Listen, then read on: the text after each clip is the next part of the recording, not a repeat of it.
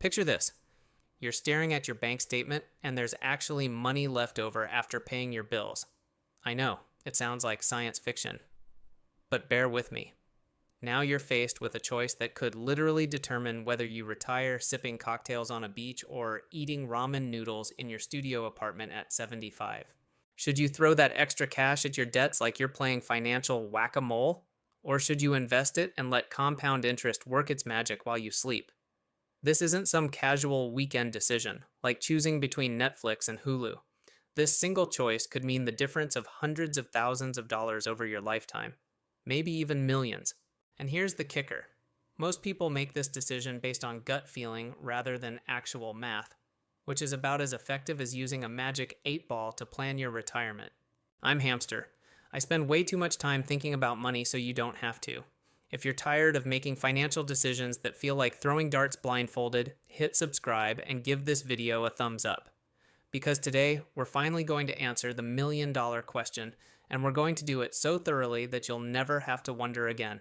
Let's start with something that might blow your mind. When you pay off debt, you're essentially earning a guaranteed return equal to the interest rate on that debt. Think about it this way. If you have a credit card charging you 24% interest and you pay it off, that's like earning a risk-free 24% return on your money. Try finding that kind of guaranteed return in the stock market. Go ahead, I'll wait. But here's where things get interesting. The stock market has historically averaged around 9 to 10% annually over long periods.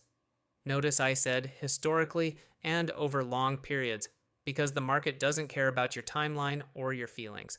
Some years it gives you 30% returns. Other years it takes away 38% of your money, just to keep things spicy. So here's the million-dollar question, literally. Does it make sense to pay off a debt with a 5.25% interest rate when you could potentially earn 9% in the market? The math seems obvious, right? 5.25% guaranteed versus 9% potential.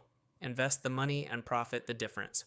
But if math were the only factor in financial decisions, we'd all be driving sensible cars and eating rice and beans every meal. The reality is that risk changes everything. When you pay down debt, you're getting that guaranteed return I mentioned earlier. There's no market crash that can take away the interest you're no longer paying. There's no economic recession that can reduce the psychological benefit of having one less payment to worry about each month. It's boring, predictable, and absolutely guaranteed. Investing, on the other hand, is like dating someone who's absolutely amazing when things are going well, but might completely disappear when you need them most. The returns can be spectacular, but they come with the very real possibility of watching your money evaporate faster than your motivation to exercise in January. Financial professionals use something called the Sharpe ratio to measure returns relative to risk. A guaranteed 5.25% return with zero risk is actually more valuable than a volatile 9% return that could drop 30% in a bad year. When you adjust for risk, the debt payoff often looks much more attractive than the raw numbers suggest.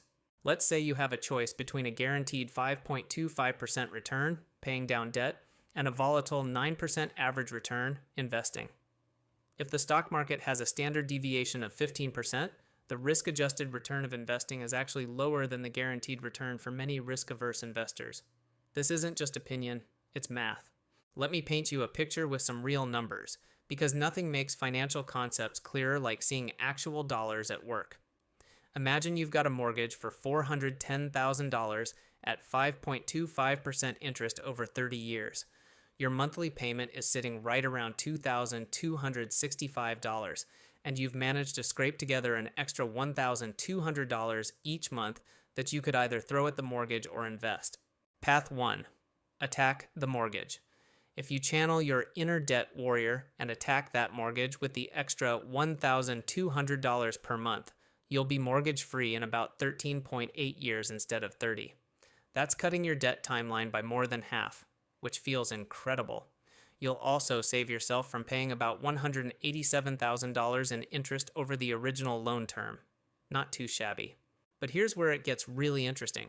Once you're debt-free in 13.8 years, you now have both your original extra $1,200 plus your former mortgage payment of $2,265 to invest each month. That's $3,465 monthly going straight into investments for the remaining 16.2 years of our 30-year timeline. Assuming a conservative 7% average return, you'd end up with roughly $1.28 million in your investment account. Subtract the interest you didn't pay, $187,000, and you're looking at about $1.09 million in total wealth after 30 years. Path 2. Invest the extra $1,200 from day one. This is where compound interest starts flexing like it just joined a gym. By investing that $1,200 monthly for the full 30 years while making minimum mortgage payments, your investment account grows to approximately $1.96 million at 7% returns. Yes, you'll pay about $312,000 in mortgage interest over those 30 years, which stings. But even after accounting for that interest expense, you're still sitting pretty with about $1.65 million in total wealth. That's a difference of roughly $560,000 between the two strategies. That's not pocket change. That's the kind of money that transforms your golden years from a financial struggle into an actual golden period of your life. Now, before you rush off to dump every spare dollar into index funds, remember that these calculations assume a lot of things go according to plan. They assume the market delivers that historical average return, which it might not do during your specific investing timeline. They assume you actually stick with the plan for 30 years without panic selling during the inevitable market crashes. And they assume you don't encounter any major life emergencies that force you to cash out early. Let's run the same numbers with a more conservative 5% investment return. In that scenario, investing the $1,200 monthly for 30 years yields about $1.0 million. Subtract the mortgage interest, and you're at roughly $690,000 in total wealth, compared to $1.09 million from paying down the mortgage first. Suddenly, the debt payoff strategy looks much more attractive. At 10% returns, investing yields about $2.7 million minus mortgage interest equals $2.39 million, a huge win for investing. The point is, your decision depends heavily on your assumed future returns, and nobody knows what those will be. But here's something most people don't think about when they're running these calculations in their heads at 3 a.m. Inflation is quietly working in your favor when you have fixed rate debt. That mortgage payment of $2,265 feels pretty hefty today. But in 20 years, it's going to feel like pocket change. Why? Because inflation makes everything more expensive, except your mortgage payment, which stays frozen in time like a financial fossil. Think about what you paid for a cup of coffee 10 years ago versus today. Your mortgage payment doesn't get that memo about price increases. In 15 years, you'll be paying that same $2,265 with money that's worth significantly less than it is today. It's like paying back a loan with monopoly money, except it's completely legal and the bank can't do anything about it. This is why some financial experts get genuinely excited about 30-year mortgages. They're not just borrowing money, they're borrowing today's expensive dollars and paying them back with tomorrow's cheaper dollars. Meanwhile, the assets you invest in tend to keep pace with or exceed inflation, so you're essentially playing both sides of the inflation game to your advantage. If your mortgage rate is 5.25% and inflation is 3%, your real interest rate is only 2.25%. That's the true cost of borrowing after accounting for inflation. Meanwhile, stocks have historically returned about 7% real after inflation. That gap, 7% versus 2.25%, is why investing often wins over the long term. But if inflation spikes to 6% and your mortgage is still 5.25%, your real interest rate becomes negative. You're actually being paid to borrow money. That's when carrying debt becomes a no-brainer. But let's pump the brakes on this mortgage example, because not all debt is created equal. If we're talking about credit card debt, the entire conversation changes faster than your mood when you see your credit card statement. Credit cards don't mess around with their interest rates. They'll charge you 19%, 24%, sometimes even 28% interest, which is basically financial highway robbery with a smile. When you're dealing with high interest debt, the math becomes crystal clear. There's no investment strategy on the planet that can consistently and safely beat credit card interest rates. Sure, you might get lucky with some hot stock tip from your cousin who thinks he's the next Warren Buffett, but you're more likely to lose your shirt than beat those credit card rates consistently. This is where the debt avalanche method comes into play.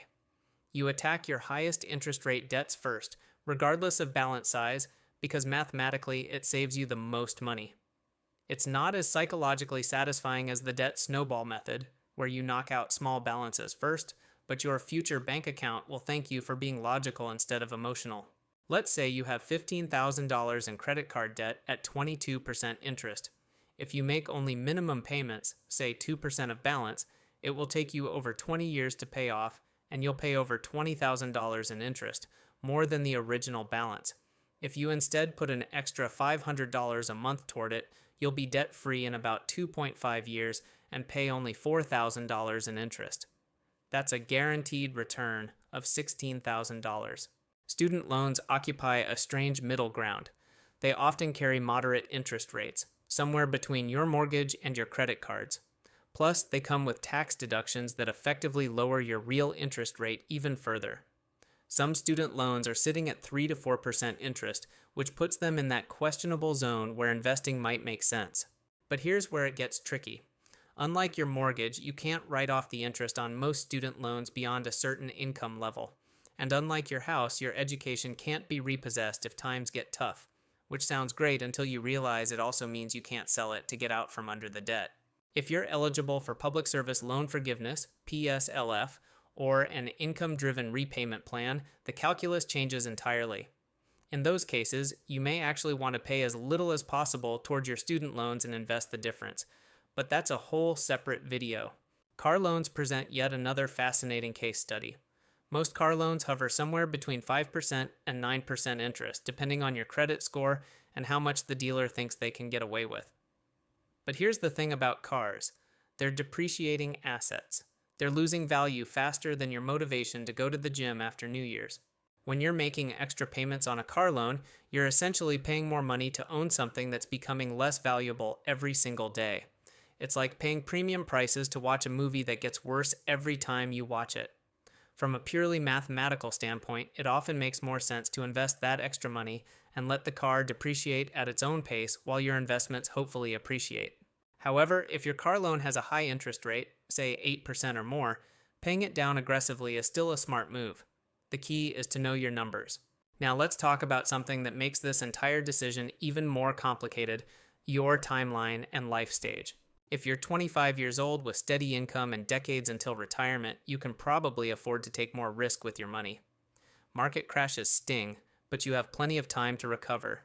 You can ride out the volatility and potentially reap those higher long-term returns. But if you're 55 and starting to think seriously about retirement, those market crashes hit differently. You don't have decades to recover from a major downturn. Suddenly, the guaranteed return of paying off debt starts looking a lot more attractive than the potential volatility of market investments. Your risk tolerance isn't just about age, though. It's about your entire financial situation. And let's be honest, your personality. Some people are natural debt haters. They see that balance and it haunts them like a bad breakup. These folks will sacrifice potential investment gains just to sleep peacefully at night without debt hanging over their heads. And you know what? There's nothing wrong with that. Peace of mind has value that doesn't show up in spreadsheets. Other people are comfortable with debt as long as the numbers work in their favor. They'll carry a mortgage at 5.25% while investing in assets that hopefully earn more than that. They treat debt like a tool rather than an emotional burden. These are the people who finance their cars at 0% interest and invest the cash they could have used to buy the car outright. Neither approach is inherently right or wrong. It depends on your personality, your financial situation, and your ability to stick with your chosen strategy through good times and bad. The worst possible outcome is switching strategies every few years based on market performance or whatever financial guru is trending on social media. There's also your cash flow situation to consider. Debt payments reduce your monthly flexibility, which can be a real problem if you lose your job or face unexpected expenses. Having investments is great, but they're not as liquid as having extra room in your monthly budget. You can't pay your electric bill with unrealized gains in your investment account. If you lose your job, a paid-off mortgage means you have almost no fixed housing costs. A large investment account with a remaining mortgage means you might have to sell investments at a loss to cover payments. That's a real risk that pure math doesn't capture. This brings us to an often overlooked middle ground, doing both simultaneously. Instead of choosing between paying off debt and investing, you can split your extra money between both strategies. Maybe you put half toward debt reduction and half toward investments. It's not as mathematically optimal as going all in on one strategy, but it hedges your bets and might help you sleep better at night. The key is understanding that this isn't just a math problem. It's a psychology problem, a risk management problem, and a life planning problem all rolled into one. The mathematically optimal choice might not be the right choice for your specific situation, stress levels, and financial goals. Here's a practical framework. Of the 20% of your income that goes to savings and debt, split it. 10% to high interest debt, if any, 5% to low interest debt, and 5% to investing. Adjust based on your specific rates. The point is to keep moving forward on both fronts. Just as you invest monthly to smooth out market volatility, you can pay down debt monthly in consistent amounts. Don't hoard cash to make a giant lump sum payment later. You're losing time value. Pay extra every month. Here's another factor that most people completely ignore when making this decision: the emergency fund reality check.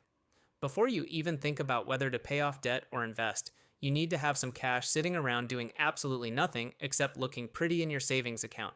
I know, watching money earn 0.01% interest while inflation laughs at you feels about as productive as teaching your goldfish calculus.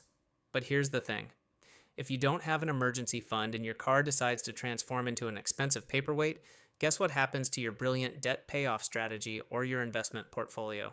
You're either pulling money out of investments at the worst possible time, or you're adding more debt to the pile you're trying to eliminate. It's like trying to fill a bucket with a giant hole in the bottom. 3 to 6 months of expenses sitting in a boring savings account isn't sexy, but it's the foundation that keeps your entire financial strategy from collapsing like a house of cards in a hurricane. Think of it as insurance against your own financial plans going sideways. You can get creative with your emergency fund. Keep 1 to 2 months in pure cash, another 2 to 3 months in I-bonds or high-yield savings, and consider that your Roth IRA contributions can be withdrawn penalty-free as a last resort. This allows some of your emergency money to earn better returns while still being accessible. Now let's dive into something that makes this decision even more interesting: the tax implications that most people discover about as often as they discover a $20 bill in their old jeans. When you pay off debt, especially mortgage debt, you might be giving up some tax benefits. Mortgage interest is often tax deductible, which means Uncle Sam is essentially subsidizing part of your housing costs. Pay off that mortgage early, and you lose that deduction. But before you get too excited about keeping debt for tax purposes, remember that getting a tax deduction means you're spending money to save money. It's like being excited about a 50% off sale when you're buying something you don't actually need. Yes, you're saving money, but you're still spending money to get that savings. Investment taxes are their own special kind of headache. When you invest in taxable accounts, you'll eventually pay capital gains taxes on your profits, but long-term capital gains rates are often lower than regular income tax rates. So that 9% return you're earning might be more like 7.5% after taxes, which changes your debt versus investment calculations. This is where tax-advantaged accounts like 401ks and IRAs become absolute game changers. If your employer offers a 401k match, contributing enough to get the full match is basically free money. It's like your boss saying, "Hey, for every dollar you save for retirement, I'll give you 50 cents. Only a financial masochist would turn down free money. If you're in a low tax bracket now, a Roth IRA is incredibly powerful. You pay taxes on contributions now, but then all growth and withdrawals are tax-free. This can supercharge the invest versus pay debt calculation, especially for younger investors. Health savings accounts, HSAs, are arguably the best tax-advantaged vehicle available. If you have a high deductible health plan, max out your HSA before paying down low-interest debt. The tax benefits are enormous. Let's talk about something that keeps financial advisors awake at night: behavioral psychology and how it completely destroys perfectly logical financial plans. You can run all the numbers you want, but if you can't stick to the plan, the math becomes irrelevant, faster than a smartphone from 2010. Some people are natural debt haters. They see that balance and it haunts them like a bad breakup. These folks will sacrifice potential investment gains just to sleep peacefully at night without debt hanging over their heads. And you know what? There's nothing wrong with that. Peace of mind has value that doesn't show up in spreadsheets. Other people are comfortable with debt as long as the numbers work in their favor. They'll carry a mortgage at 5.25% while investing in assets that hopefully earn more than that. They treat debt like a tool rather than an emotional burden. These are the people who finance their cars at 0% interest and invest the cash they could have used to buy the car outright. Neither approach is inherently right or wrong. It depends on your personality, your financial situation, and your ability to stick with your chosen strategy through good times and bad. The worst possible outcome is switching strategies every few years based on market performance or whatever financial guru is trending on social media. Behavioral economists have shown that humans feel losses about twice as strongly as gains. This means that the pain of watching your investments drop 30% in a market crash is far greater than the pleasure of watching them rise 30%. For debt-averse people, this asymmetry makes the guaranteed gain of paying off debt even more attractive. Many people feel they've already paid so much interest on a loan that they should just keep paying as agreed. That's irrational. What matters is the future interest rate and your alternatives, not what you've already paid. Don't fall for this trap. Here's something that might surprise you about the investing versus debt payoff debate. Inflation can completely flip the script on what seems like the obvious choice. We've been living through a period of relatively low inflation for so long that many people forgot it exists. But when inflation starts heating up, fixed rate debt becomes your best friend, while cash becomes your worst enemy. During high inflation periods, your debt payments become cheaper over time, while your investments, especially in assets like real estate and stocks, tend to keep pace with or exceed inflation. This is when carrying debt stops feeling like a burden and starts feeling like a strategic advantage. You're essentially being paid to borrow money, which sounds too good to be true, but is exactly what happens when inflation exceeds your interest rate.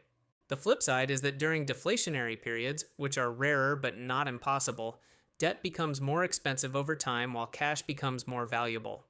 This is when paying off debt early looks like genius-level financial planning. In the 1970s, inflation averaged over 7%. If you had a fixed mortgage at 5%, you were effectively paying back your loan with money that was worth less every year. A huge win. In the early 2020s, inflation spiked to 9%, again benefiting fixed-rate debt holders. In the 1930s, deflation made debt crushing, another reason to pay it down fast.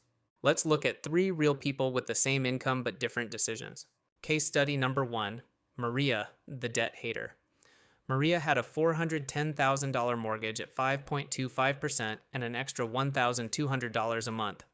She hated debt, so she put every extra dollar toward the mortgage. She was mortgage-free in 13.8 years. Then she invested the full $3,465 a month for 16.2 years. At 7% return, she ended with $1.28 million in investments and zero debt. Her net worth at 30 years, $1.28 million. Case study number 2, James, the investor. James invested the $1,200 monthly from day one, making minimum mortgage payments. After 30 years, his investments grew to $1.96 million. He still owed about $0 on his mortgage. It was paid off in year 30. His net worth, $1.96 million minus remaining mortgage. Actually, at year 30, the mortgage is fully paid. So net worth, $1.96 million. Case study number 3, Lisa, the hybrid. Lisa split her extra $1,200 to $600 to mortgage, $600 to investments. Her mortgage was paid off in about 19 years. During those 19 years, she invested $600 monthly. Then for the remaining 11 years, she invested the full $2,865, $600 plus $2,265 former payment.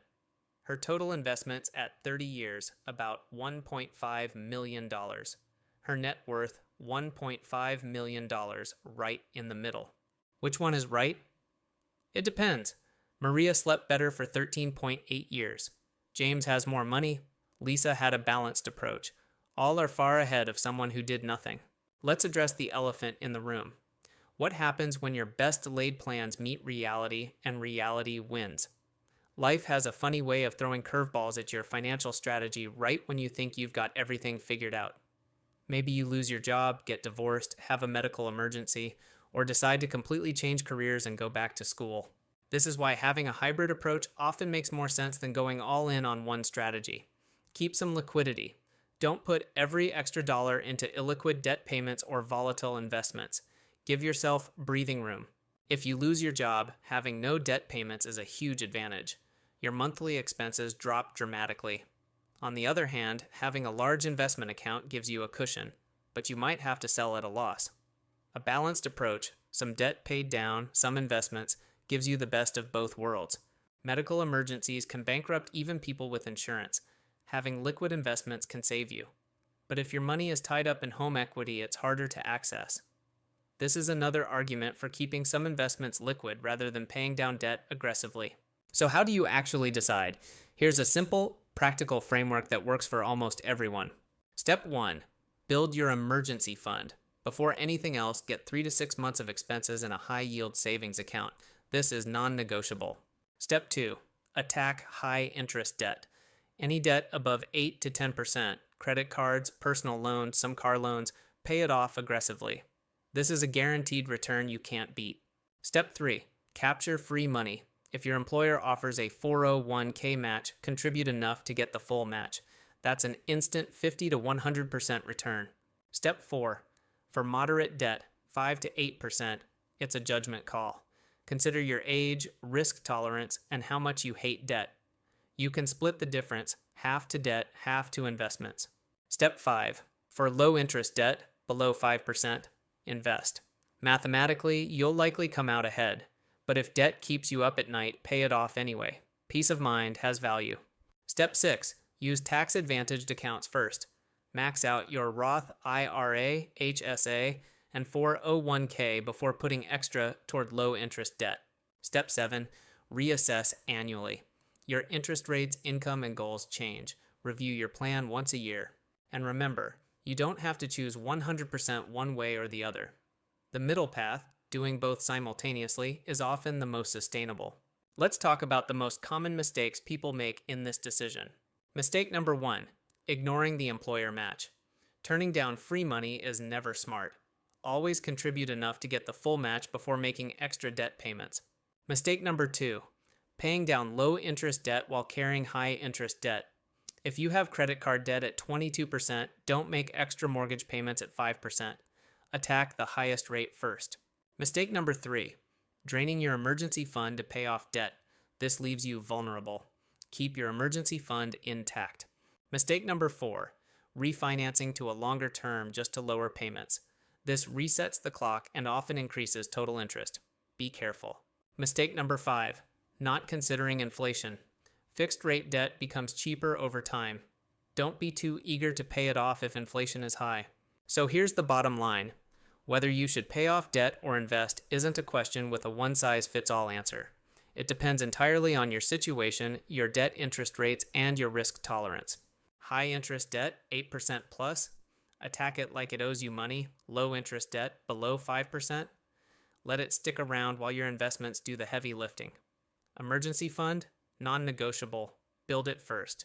Employer match, free money, take it. In between, split the difference and do both. Either way, stop overthinking it and start doing something. Because the biggest financial mistake is spending so much time planning the perfect strategy that you never actually execute any strategy at all. Your future self doesn't care whether you followed the mathematically optimal path. Your future self cares whether you did something, whether you moved forward. So pick a path. Start today. Adjust as you go. I'm Hamster. Subscribe for more real, no BS finance.